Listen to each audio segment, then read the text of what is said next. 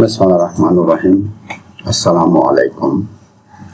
Cooling load calculation এর অতিরিক্ত hit load সম্পর্কে ধারণা।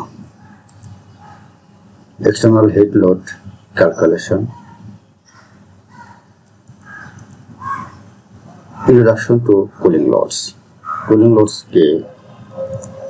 লোড হলো বা কুলিং লোড ক্যালকুলেশন হলো একটি নির্দিষ্ট স্থানে তাপমাত্রা এবং আর্দ্রতা বজায় রাখার জন্য যে পরিমাণ তাপ প্রসারণ করতে হয় তা নির্ণয় করার পদ্ধতি। শীতাতপ নিয়ন্ত্রণ বা এয়ার কন্ডিশনিং ব্যবস্থায় লোডকে প্রধানত দুই ভাগে ভাগ করা হয়। সেগুলো হলো, এক হচ্ছে ইন্টারনাল লোড বা রুমের ভিতরের উৎসসমূহ, originates from people, lights and equipment within the space. দ্বিতীয়ত এক্সটার্নাল লোড, বাহিরের পরিবেশ থেকে আগত তাপ, thermal energy entering from the outside environment. Defining external heat load. External hit load হলো সেই তাপশক্তি যা বাহিরের পরিবেশ থেকে কোনো এয়ার কন্ডিশন রুমে প্রবেশ করে। এই তাপ মূলত ভবনের কাঠামো, এনভলভ এবং বাহিরের বাতাসের বিনিময়ের মাধ্যমে রুমে আসে। এটি সরাসরি শীতাতপ নিয়ন্ত্রণ ব্যবস্থার উপর অতিরিক্ত চাপ সৃষ্টি করে এবং সঠিক কুলিং ক্যাপাসিটি নির্বাচনের প্রধান ভূমিকা পালন করে। Component description. Origin, outside the condition space বা বাহিরের পরিবেশ। পাথওয়েজ, বিল্ডিং এনভলভ, এর মধ্যে আছে wall, roof, glass, air gaps. Impact increases the total cooling capacity required. Primary sources of external heat load, এর মধ্যে আছে কন্ডাকশন, দেওয়াল, ছাদ এবং মেঝের মাধ্যমে তাপ সঞ্চালন বা heat transfer through solid structure likes walls, roofs and floors. Solar radiation, জানালা ও কাচের মাধ্যমে সৌর বিকিরণ। Radiant energy from the sun passing through transparent surface like glass. Infiltration, বায়ু অনুপ্রবেশ বা infiltration. Uninterrupted air leakage through cracks and openings in the buildings.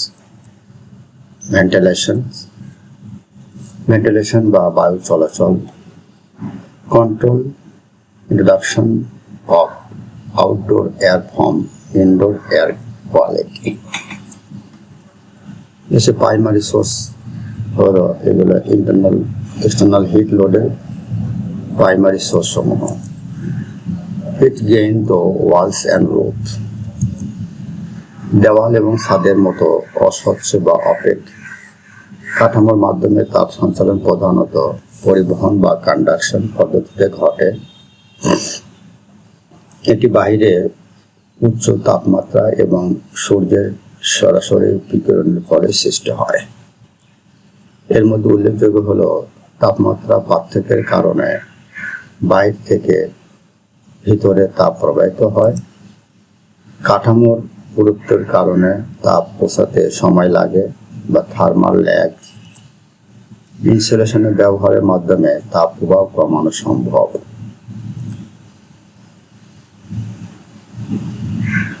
আর প্রধান সমীকরণ হলো কিউ সমান সমান A U C L T D. এই ইকুয়েশনের মাধ্যমে ওয়াল অ্যান্ড রুফের হিট গেইন এর ফর্মুলা। এখানে কিউ হলো total heat gain BTU per hour or watts। U হলো overall heat transfer coefficient. A হলো surface area of wall or roof. CLTD হলো cooling load temperature difference. Solar heat gain through. Solar heat গ্লাসের মাধ্যমে যেগুলো হয় তার সূত্র হচ্ছে Q সমান A into AC into SHGF। এখানে এ হলো এরিয়া অফ গ্লাস স্কোয়ার ফিটে, SC হলো শেডিং কোএফিসিয়েন্ট, SHGF হলো সোলার হিট গেইন ফ্যাক্টর। আর factor description: direct sunlight passing directly through the glass, radiation সরাসরি, conduction heat transfer due to temperature difference across glass পরিবহনের মাধ্যমে এটা হয়। আর glass types: single, double or treated glass affect heat gain। জানালা বা কাঁচের দেওয়াল দিয়ে সরাসরি সূর্যের আলো রুমে প্রবেশ করে। এটি দেওয়ালের তুলনায় অনেক দ্রুত রুমকে উত্তপ্ত করে তোলে। Understanding air infiltration. Air infiltration কি? সেটা হলো এয়ার ইনফিল্ট্রেশন হলো দরজা, জানালার ফাঁক ফোকর বা ভবনের সূক্ষ্ম ছিদ্র দিয়ে অনিয়ন্ত্রিতভাবে বাইরে গরম বাতাস রুমে প্রবেশ করা। এই বাতাস রুমে দুই ধরনের তাপীয় লোড তৈরি করে। সেটা হচ্ছে sensible heat load. Sensible heat load হলো এটি রুমের তাপমাত্রা বা ড্রাই বাল্ব টেম্পারেচার বা ডিবিটি সরাসরি বৃদ্ধি করে। সেন্সিবল হিট লোড যা তাপমাত্রা পরিবর্তন করে। আরেকটা হলো latent heat load. Latent heat load হচ্ছে বাইরে বাতাসের জলীয় বাষ্প বা আর্দ্রতা রুমের ভিতরে প্রবেশ করে আর্দ্রতা বাড়িয়ে দেয়। ল্যাটেন্ট হিট লোড যা আর্দ্রতা নিয়ন্ত্রণ করতে প্রয়োজন। মানে এয়ার ইনফিল্ট্রেশন দুই ধরনের হয়: সেন্সিবল হিট লোড এবং latent heat load. The role of ventilation. Ventilation কি? Necessity of fresh air.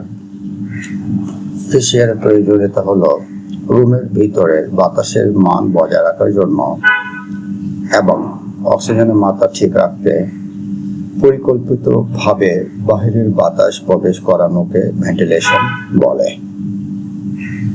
Ventilation হচ্ছে মানুষের স্বাস্থ্য এবং স্বাচ্ছন্দ্যের জন্য অপরিহার্য। এর প্রয়োজনীয়তা ভেন্টিলেশন কেন করা হয়? তবে এই সতেজ বাতাস একই সাথে বাহিরের তাপ এবং আর্দ্রতা বহন করে নিয়ে আসে, যা কুলিং সিস্টেমের উপর অতিরিক্ত চাপ সৃষ্টি করে। Thermal implications. Sensible heat load. The energy required to lower the dry bulb temperature by dBT of the incoming outdoor air. A latent heat load হলো the energy required to remove moisture বা humidity from the outdoor air, maintain comfort. Strategies for বা কৌশল: controlling external hit load. External hit load এর কৌশল সমূহ বা strategies: thermal ইনসুলেশনস। উন্নত মানের ইনসুলেশন ব্যবহার করে দেওয়াল ও ছাদের মাধ্যমে তাপ সঞ্চালন কমানো। শেডিং ডিভাইস: জানালার শেডিং বা ডাবল গ্লেজড গ্লাস ব্যবহার করে সৌর বিকিরণ প্রতিরোধ করা।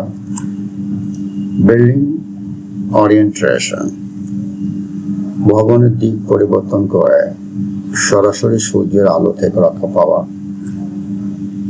রিফ্লেকটিভ কোয়ার্টিংস: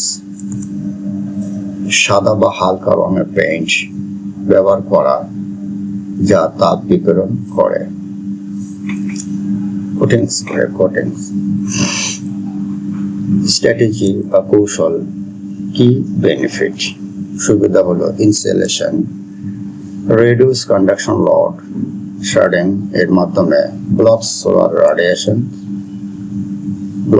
সোলার রেডিয়েশন বাধা দিবে শেডিং এর মাধ্যমে, আর sealing minimize infiltration, orientation, lower peak heat gain ইত্যাদি।